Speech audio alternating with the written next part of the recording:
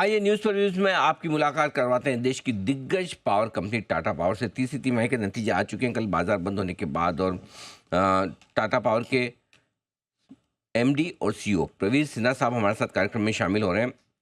Sir ने business law में masters और क्वालिफाइड इलेक्ट्रिकल इंजीनियर्स की डिग्रीज हासिल की है। आईआईटी दिल्ली से आपने पीएचडी डॉक्टरेट भी किया है, और एमआईटी बॉस्टन से आपने रिसर्च एसोसिएट्स की भी डिग्री हासिल की है। आइए पहले नतीजे आपके सामने रख दूँ। कल बाजार बंद होने के बाद आए दमदार नतीजे कंपनी ने पेश किया। आय में 5% की बढ़त है, लेकिन कामकाजी मुनाफा 39%, 40% के आसपास बढ़कर आया। यानी कि ऑपरेशनल परफॉर्मेंस रही बेहद मजबूत जो दिख रही है। मार्जिन में 16.5% से मार्जिन बढ़कर 22% के ऊपर निकलते हुए दिखे, और मुनाफा भी तगड़ा 10% बढ़कर आता हुआ दिखा है। सिन्हा साहब बहुत बहुत स्वागत है सर, गुड मॉर्निंग।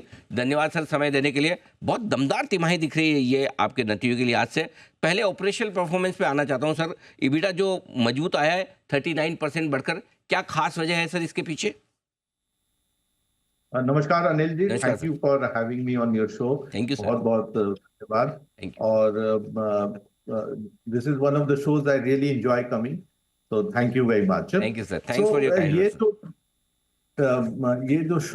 ये जो परफॉर्मेंस रहा है कंपनी का, ये 21st क्वार्टर कंसेक्यूटिव क्वार्टर है जिसमें अच्छा परफॉर्मेंस रहा है।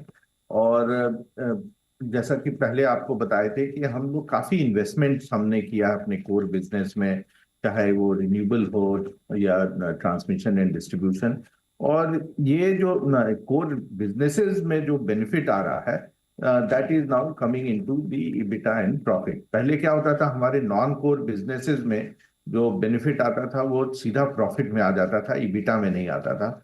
बट अब सिंस हमारा कोर बिजनेस अच्छा करने लग गया है, तो इसलिए हमारा इबिटा भी बढ़ता है और प्रॉफिट भी उसके साथ। तो बड़ा अच्छा फाउंडेशन बन रहा है कंपनी का। बड़ा अच्छा फंडामेंटल्स हैं हमारे, इन टर्म्स ऑफ किस एरिया में हमें फोकस करना है। हम्म। और जिस तरह से हमने पिछले कुछ सालों में कैपेक्स किया है, पिछले साल 12,000 किया था, इस साल पहले 9 महीने में हमने 12,000 करोड़ का कैपेक्स किया है। जी। और इस साल एंड तक करीब 22,000 ये हो जाएगा। तो 10,000 करोड़ इस क्वार्टर में हम करेंगे। तो ये बहुत ही स्ट्रांग फाउंडेशन बना रहा है कंपनी का कि आगे भी आप इसी स्तर का परफॉर्मेंस देखेंगे, चाहे इबिटा में हो और पैट में। वाह। और कंपनी काफी इनिशिएटिव्स लिया है कंपनी ने अपने न्यू बिजनेसेस में, चाहे वो मैन्युफैक्चरिंग का हो 4 गीगावाट का, या रूफटॉप बिजनेस हो, या ईपीसी बिजनेस है। इसके साथ साथ हमारे ट्रांसमिशन एंड डिस्ट्रीब्यूशन में अच्छे रिजल्ट्स आ रहे हैं। तो काफी सारे जो हमने पिछले 2-3 साल में इनिशिएटिव्स लिए हैं, उसका अब इम्पैक्ट देखने को मिल रहा है, और आगे और भी अच्छा दिखेगा। तो सर आप बता रहे थे कितनी कंटिन्यूस 23 क्वार्टर्स, 23 तिमाहियां हो गई लगातार कंपनी की ग्रोथ आई है। 21 क्वार्टर्स, 21 21 को। क्वार्टर्स में हमने पैट ग्रोथ दिखाया। वाह। तो ये सचमुच ही मतलब एक अच्छा प्रोग्रेस दिखा जा रहा है कि ये ऐसा नहीं कि किया कभी एक बार हो गया कभी नहीं हुआ। तो और ये इसलिए है कि हमारा ना बड़ा अच्छा मिक्स है regulated and non regulated business का। और वो हमें ये अपॉर्चुनिटी देता है कि हम काफी अच्छे से बैलेंसिंग करें अपने बिजनेस को, और कंसिस्टेंट परफॉर्मेंस दिखाएं over a period of time. बिल्कुल 21 तिमाहियों तक किसी पावर कंपनी के लिए लगातार मुनाफा पिछली तिमाही से बढ़ाना बहुत बड़ी बात है सर, छोटी चीज़ नहीं है। ऑर्डर बुक पे आता हूँ सर। आप कह भी रहे हैं कि ऑर्डर बुक काफ़ी मजबूत है, 13,300 करोड़, अगर मेरे पास आंकड़ा सही है तो लगभग उतनी मुझे दिख रही है। बताएं सर आप किस तरह के ऑर्डर्स इस क्वार्टर में आपने नए जोड़े हैं, और इन्हें पूरा करने के लिए क्या समय तय किया है सर आपने? तो ये बेसिकली हमारे रिन्यूएबल के ऑर्डर हैं। ये जो लार्ज यूटिलिटी स्केल प्रोजेक्ट्स लगते हैं, हमारे लिए भी लगते हैं और थर्ड पार्टी के लिए भी। इसके साथ साथ हमारे रूफटॉप के काफी सारे ऑर्डर्स हैं जो हम एग्जीक्यूट करते हैं। और ग्रुप कैप्टिव के ऑर्डर्स हैं जो हम चाहे टाटा स्टील हो, टाटा मोटर्स हो, और इसके साथ साथ अदर जो इंडस्ट्रीज एंड कमर्शियल कस्टमर्स हैं उनके लिए करते हैं। तो ये काफी सारे ऑर्डर्स अगले 3 महीने से लेके 12 महीने तक कंप्लीट किए जाएंगे, और उसका रिजल्ट भी आप अगले साल देखिएगा।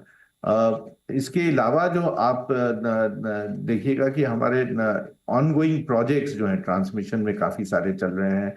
नियरली 5,000 करोड़ के प्रोजेक्ट्स हमारे ट्रांसमिशन में चल रहे हैं, डिस्ट्रीब्यूशन में करीब 3,000 करोड़ के प्रोजेक्ट्स चल रहे हैं। तो काफी हमारा डाइवर्सिफाइड पोर्टफोलियो है इन्वेस्टमेंट का, और ये सब हमें अच्छे नतीजे देंगे अगले साल में एंड उसके आगे भी। जी।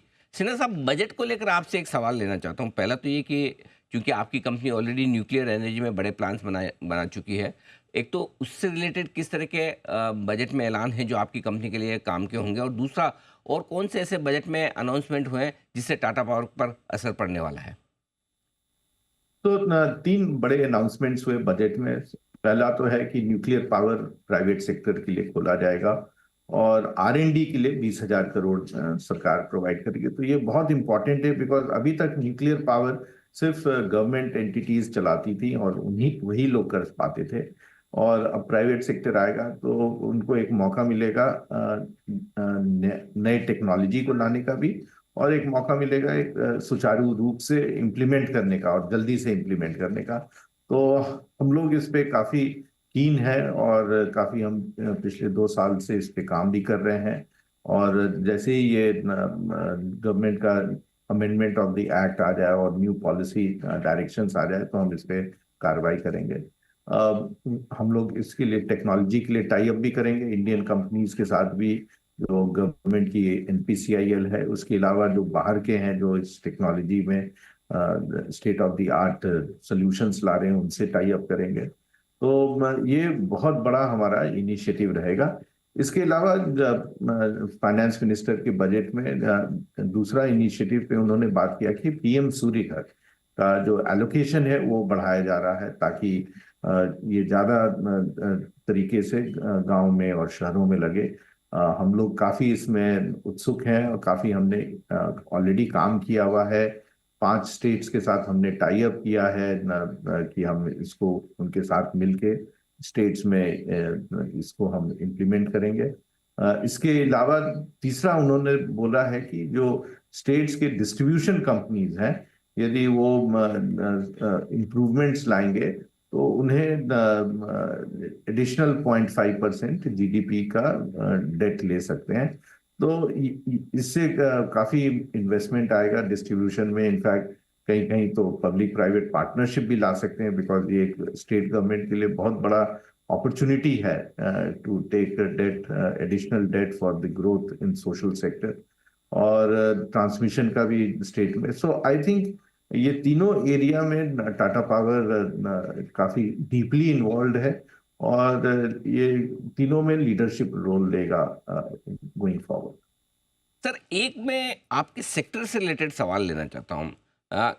हम इस वक्त बड़ी ग्रोइंग इकोनॉमी है, पावर डेफिशिएंट इकोनॉमी है, पावर की बहुत ज़रूरत है, और जितनी ग्रोथ चाहिए उस हिसाब से बहुत ही ज़्यादा ज़रूरत है। आपको क्या लगता है कितने सालों में हिंदुस्तान पावर डेफिशिएंट से पावर सफिशिएंट देश बन जाएगा? अभी भी इंडिया में ऐसे पावर डेफिसिट इतना नहीं है, बट वो हम बोलते हैं ना कि एकदम किसी तरह हम मीट कर लेते हैं। मतलब वी आर जस्ट, यदि मेरा 260 गीगावाट है तो 260 ही गीगावाट होता है, उससे ज्यादा नहीं हो पाता। तो वो सो एक्सेस हमारे पास नहीं है। और पावर का ऐसा हमने भी देखा है जी। पिछले कई सालों में कि जितना आप एक्स्ट्रा जनरेट करते हैं उतना वो एब्जॉर्ब भी हो जाता है, बिकॉज काफी सारे इलाके में अभी भी हमारा पर कैपिटा कंजम्पशन बहुत है। एस्पिरेशनल इंडिया है जहाँ पे लोग ज्यादा से ज्यादा इलेक्ट्रिकल गैजेट्स खरीद रहे हैं, यूटिलाइजेशन कर रहे हैं, शहरों में भी, छोटे शहरों में, गांव में। तो आई थिंक डिमांड हमारे देश में, क्योंकि पर कैपिटा हमारा बहुत ही कम है, 1200-1300 यूनिट्स है, ग्लोबल एवरेज ही 3,500 है, और डेवलप कंट्रीज तो 15 से 20,000 यूनिट्स कंज्यूम करते हैं। तो डिमांड तो यहाँ अगले कई दशक तक रहेगा। काफी मेहनत करनी होगी पावर सेक्टर को to meet the full aspiration and expectation हर गांव में। मतलब किस तरह जिसको जितना बिजली चाहिए जिस काम के लिए भी वो मिल जाए, तो I think that is the aspiration जी। For all of us who work in power बिल्कुल सेक्टर। बिल्कुल सिन्हा साहब, मैंने सवाल ये इसीलिए पूछा था क्योंकि 21 तिमाहियों से आपकी कंपनी लगातार प्रॉफिट में बढ़त दर्ज कर रही है। तो मैं सोचा था कितनी तिमाहियाँ और ऐसी हो सकती है कितना अभी भी बिजनेस में स्कोप है, तो उसका आपने जवाब दिया। एक चीज़ और आपसे पूछना चाहता हूँ सर, पिछले 6 महीने थोड़े कैपेक्स के लिहाज से सरकार के लिए ढीले रहे क्योंकि इलेक्शन वगैरह का समय था। अब हम जो सुन रहे हैं कि थोड़े ग्राउंड लेवल पर संकेत आ रहे हैं कि अब कैपेक्स बढ़ रहा है सरकार की तरफ से। आपको क्या लग रहा है, कुछ संकेत आ रहे हैं या ऐसे इंडिकेशंस दिख रहे हैं कि वापस से कैपेक्स बढ़ सकता है और उसका क्या फ़ायदा होगा आपकी कंपनी को? हाँ, सो बिल्कुल कैपेक्स जो सरकार की तरफ से स्पीड थोड़ा सा कम हो गया था इलेक्शन के कारण। अब काफी सारे ऑर्डर्स इशू हुए हैं और उसका अब एग्जीक्यूशन होगा।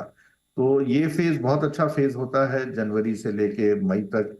बारिश के पहले बड़े सारे कैपिटल इन्वेस्टमेंट्स होते हैं। आप हमारे यहाँ देख लीजिए, हम 10,000 करोड़ एक क्वार्टर में करेंगे। तो ये हमें एक बहुत अच्छा समय मिला हुआ है कि हम अगले 5-6 महीने में अच्छा एग्जीक्यूशन कर पाए।